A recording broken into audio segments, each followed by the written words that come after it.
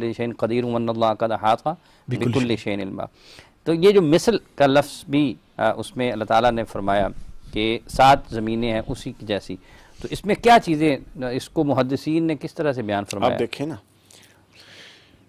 اللہ جس طرح بھی پروفیسر صاحب فرما رہے تھے، اللہ رب العزت نے اپنا کلام کا آغاز کرتے ہوئے اللہ رب العزت جب انسانیت کی طرف ہدایت کے لیے متوجہ ہوا تو اللہ کی ہزاروں کروڑوں صفات اور شانیں ہیں، اللہ اکبر، لیکن وہ صفت کس صفت کے ساتھ متوجہ ہوا؟ اقرأ بسم ربک الذی خلق، صفت خلاقیت کے ساتھ بطور کریٹر اپنا ابتدائی تعارف کروایا. یعنی اس کے مزاج میں ہے کریشن، وہ چاہتا ہے اس کے بندے بھی ایسے بنے جس طرح بتا دیا افلا یتدبرون القرآن افلا تعقلون. اللہ اکبر. اب پرابلم کیا ہے؟ کو یہ نہیں ہوا کہ قرآن مجید کے سارے حقائق اب تک آشکار کر چکی ہے سائنس، ایسا نہیں ہے، نہیں ہے. یہ ابھی تک گریجول چل رہا ہے، چلتا رہے گا. یہ قطع کلامی کی بات چاہوں گا کہ چلتا رہے گا. اور اللہ تعالیٰ نے قرآن کریم میں فرمایا کہ قُلْ لَوْ كَانَ الْبَحْرُ مِدَادًا لِكَلِمَاتِ رَبِّي لَنَفِدَ الْبَحْرُ قَبْلَ أَن تَنْفَدَ جو مرضی آپ آسمان وہ سمندر شہر بن جائے، نہیں ہو، یہ چلتا رہے گا، چلتا رہے گا. ابھی یہ کئی پیچ اور خم سے گزرے گا، ابھی یہ کئی فراز اور نشیب سے گزرے گا، بالآخر تجربات سے گزر کے اس کے سقیم پہلو نکال کے جس پر پھر جا کے بغیر شک و شبے کے سائنس پہنچے گی. قرآن اس حقیقت کو 1400 سال بیان کر چکا ہوگا. ابھی بہت سارے، ابھی یہ جو آپ نے فرمائی جو آیت، ابھی جس کی طرح اشارہ اس آیت کی جو سائنٹیفک انٹرپریٹیشن ہے وہ ابھی تک واضح نہیں ہے، بالکل واضح نہیں ہے. اور اس پہ تو بہت کام ہونے والا ہے، بہت ساری چیزوں پر کام ہونے والا ہے، بہت ساری چیز.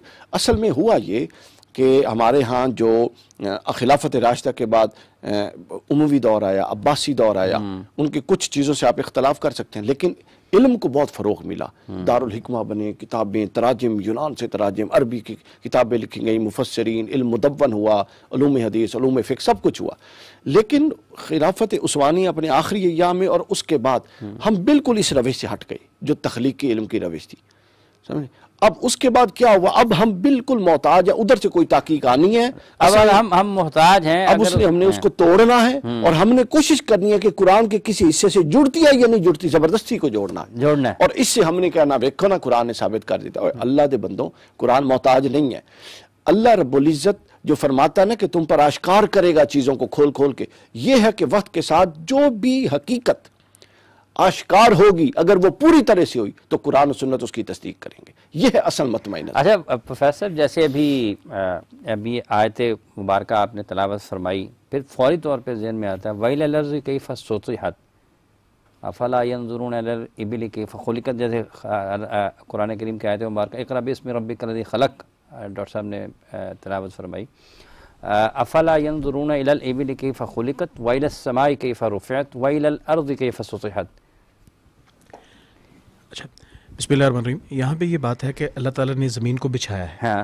ہمیں اس بچھانے سے یہ لگتا ہے کہ گویا زمین جو ہے وہ ایک چپٹی ہے، حالانکہ زمین کی جو ڈائمنشنز ہیں وہ چپٹی نہیں ہے. زمین کا جو ایریا ہے وہ چپٹا ہوا نہیں ہے، وہ آپ کہہ لیں کہ وہ گول ہے. گول، ٹھیک ہے.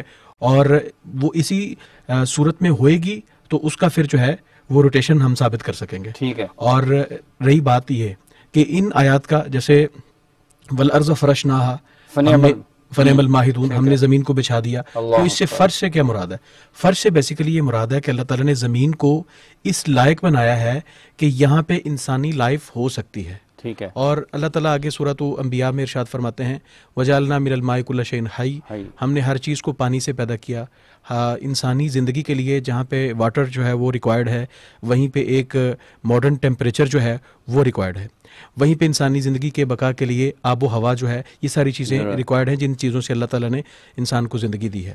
آپ یہ کہیں کہ اگر زمین جو ہے وہ چپٹی پڑی ہے تو پھر اس کا اگر یہ ہم منع کریں تو اس کا مطلب ہے کہ زمین کو جو اللہ تعالیٰ کہہ رہا ہے کہ ہم نے اس کو انسانوں کے بسنے کے لائق بنایا ہے، ہم نے انسانوں کے رہنے کے لائق بنایا ہے، تو باقی گولوں کے اوپر تو آپ پھر اس کو یہ بات ثابت ہی نہیں کر سکتے. باقی گولوں کے اوپر آج مارس کے بارے میں لوگ کہہ رہے ہیں نا کہ اس کے اوپر ناسا نے اور باقی لوگوں نے جو اپنے مشن بھیجے ہوئے ہیں وہ اس چیز کو پروف کر رہے ہیں، یا وہاں پہ زندگی ہے نہیں، وہ یہ لے کے آ رہے ہیں کہ وہاں پہ پانی کے اثرات ملے ہیں.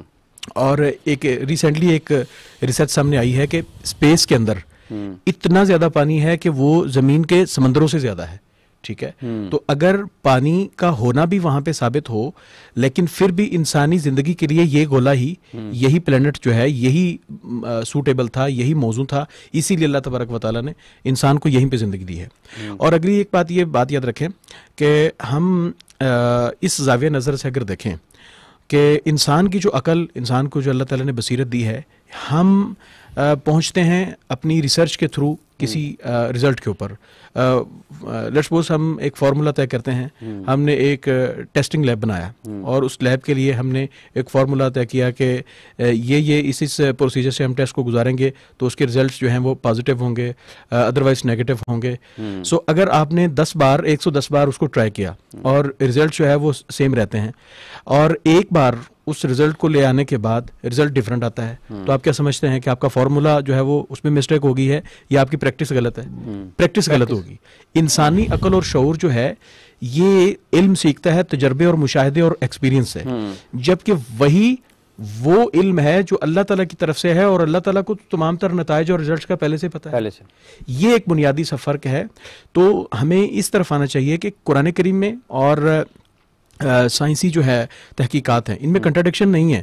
بنیادی سی بات یہ سمجھیں, آپ یہ کہہ لیں کہ جیسے ڈاکٹر صاحب نے بھی بات کی کہ قرآن کریم محتاج نہیں ہے اس چیز کا کہ سائنس جو ہے وہ کسی چیز کو کہتی ہے یہ نہیں کہتی پروف کرے گی تو پھر قرآنی جو ہے وہ دلائل اور باتیں ثابت ہوں گی.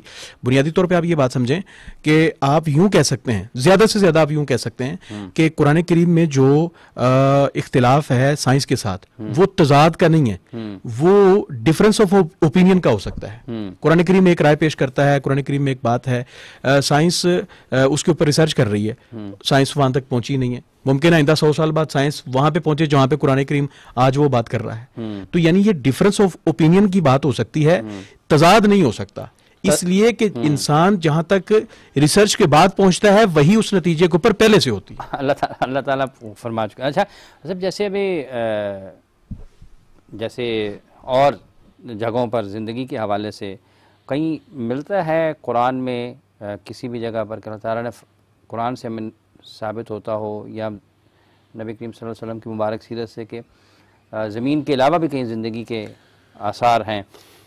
دیکھ لیں, ایسا کہیں سے کوئی صراحت کے ساتھ ثابت نہیں ہے. ہاں, اس پر میں تھوڑی سی بات کرتا ہوں. دیکھیے, ان معاملوں میں نا ایک بنیادی رویہ درکار ہے. رویہ یہ درکار ہے, جس دور میں ہم چل پھر رہے ہیں اس دور میں آپ سائنسی علوم اور سائنسی ایجادات سے ان کو نظر انداز نہیں کر سکتے, آپ پیچھے رہ جائیں گے اور آپ آنکھیں بند نہیں کر سکتے. آنکھیں بند نہیں کر سکتے. اور نہ ہمارے نبی کی تعلیمات ہیں, انہوں نے اپنے دور کے جدید ترین علوم سے اپنے صحابہ کو مزین کیا, اخلاقی تربیت بھی کی. وہ آپ کو بدر کی یاد ہے, وہ جو بدر کے قیدی تھے تو وہ کفار مشرکین تھے, انہوں نے قرآن تو نہیں پڑھانا تھا, یہ حدیث تو نہیں پڑھانی تھی, تو اس کو انہوں نے کیا. بنیادی رویہ یہ ہے کہ ہم پورے زور و شور کے ساتھ ان جدید علوم کی تسخیر میں اپنا حصہ ڈالیں. ہم مغرب پر انحصار کیوں کر رہے ہیں؟ ہم اپنا حصہ ڈالیں, لیکن اس تصور کے ساتھ کہ قرآن کا جو علم ہے وہ الٹیمیٹ علم ہے, اور یہ جو علم ہے یہ گریجول ہے. یہ ابھی سمجھ لیں کہ یہ علم نہیں ہے, یہ علم کے بننے کا پروسیس ہے. گریجول علم قرآن کے اندر ہے. اقبال نے کہا تھا, گزر جا عقل سے آگے کہ یہ نور چراغ راہ ہے منزل نہیں ہے. یہی سائنس ایک وقت آئے گا کہ ہر منزل نہیں ہے. یہی سائنس ایک وقت آئے گا کہ ہر شخص کے لیے وحی الہی کو ماننے کی رائے ہموار کرے گی, اور کر رہی ہے. اس سے پہلے آپ دیکھیے کتنے ایسے مثلا ابھی ماں کے پیٹ میں بچے کی پیدائش, آج سے 100 سال پہلے اس آیت کے وہ 3 تہے ہوتی ہیں, کوئی مفسر اس کی تعبیر نہیں کر سکتا. آپ امام راضی سے اٹھا کے سارے اٹھا لیں, تبری کو اٹھا لیں, وہ گزرے ہیں ان آیات سے جو اس دور کے تمدن نے ان کے ذہن میں ڈالی. آج اس کی پرت ہم نے کھول کے لکھ دی ہے. موریس بوکائی کی کتاب اٹھائیں, قرآن بائبل اینڈ سائنس, اس نے کھول دی ہے. ابھی کئی آیتیں جس سے ہم گزر رہی ہیں, آنے والے اس کو کھول کے بیان کریں گے. تو لہٰذا قرآن جو ہے یہ الٹیمیٹ نالج ہے. یہ لفظ بڑا ضروری, الٹیمیٹ نالج. سائنس جو ہے یہ گریجول نالج ہے, جی اپنی تدریج کے بعد ایک منزل پر پہنچے گا, اور جہاں یہ پہنچے گا اگر اس میں خطا نہ ہوئی تو پھر یہ اس حقیقت کی تصدیق کر دے گا جو قرآن مجید نے بیان کی ہے. لہٰذا ہم نے یہ رویہ اپنانا ہے کہ ایک تو اس سے دور بھی نہیں ہونا, اور دوسرا اس کو زبردستی توڑ کے قرآن کے تحت قرآن کے ماتحت یا قرآنی آیات اور سنت کو زبردستی توڑ کے سائنسی عقائد ثابت کرنا، یہ ہمارے نفسیاتی بیماری بن چکی ہے۔ اچھا پروفیسر بھی جب آپ نے آیت مبارکہ تلاوت فرمائی تو میں بھی جب ڈاکٹر صاحب بات کر رہے تھے تو سورہ بقرہ کی آیت بھی ذہن میں آتی ہے، الذی جعل لکم الارض فراشا والسماء بناء وانزل من السماء ماء فاخرج به من الثمرات رزقا لکم۔ تو زمین کے نیچے تو پھر وہ ایک ہی زمین ہے، آپ اس میں کسی جگہ پر اس کی کچھ تاثیر ہے، کسی جگہ پر کچھ تاثیر ہے، کسی جگہ پر گندم زیادہ ہے، کسی جگہ پر چاول زیادہ ہے، تو اس حوالے سے یہ بھی ایک سائنٹیفک یعنی آپ دیکھیں کچھ ایسے ہیں وہ نٹس ہیں وہ خاص علاقوں میں ہوتی ہیں، باقی جگہوں میں یہ ایک رائے ہو سکتی ہے، جیسے رائے دینے والے نے یہ بات کہی ہے۔ ویسے اس بارے میں ایک حدیث شریف مسند امام احمد میں ایک حدیث کا اشارہ ملتا ہے کہ اس کے علاوہ بھی زمین ہے، وہاں کے آدم تمہارے آدم کے جیسے ہیں، وہاں کے نوح علیہ السلام تمہارے نوح کے جیسے ہیں، تو یہ ایک حدیث سے اشارہ ملتا ہے۔ اس کا مطلب یہ ہے کہ رسول اللہ صلی اللہ علیہ وسلم کا یہ جو فرمانا ہے کہ زمین کی طرح کی زمین ہے، تو اس کا مطلب ہے کہ اس زمین کی یا تو وہ طے اور پرت ہو سکتی ہے، ٹھیک ہے، چونکہ یہ رسول اللہ صلی اللہ علیہ وسلم کی طرف سے جو بات آئی ہے، ہاں یہ ایک سٹرونگ قسم کا ہنٹ ہے، کس لیے کہ ہم اپنی سائنٹیفک ریسرچ کر کے اس چیز کو ہم لے کے آئیں کہ کیا قرآن کریم کی یہ جو آیت ہے اس کا مدلول کیا ہو سکتا ہے، بیکاز اللہ تعالیٰ نے یہ کہا کہ مثلہ ہننا، ہم نے ان کی مثل جو ہے وہ 7 زمینیں پیدا کی ہیں، یعنی اسی طرح کی۔ اب یہ زمین یہ تو بات کلیئر ہے نا، مطلب اس کا یہ مطلب نہیں ہے کہ اس کے نیچے 6 زمینیں اور ہیں، یہ ضروری نہیں ہے کہ یہ مطلب ہو، یہ مبہم بات ہے، یہ مبہم بات ہے۔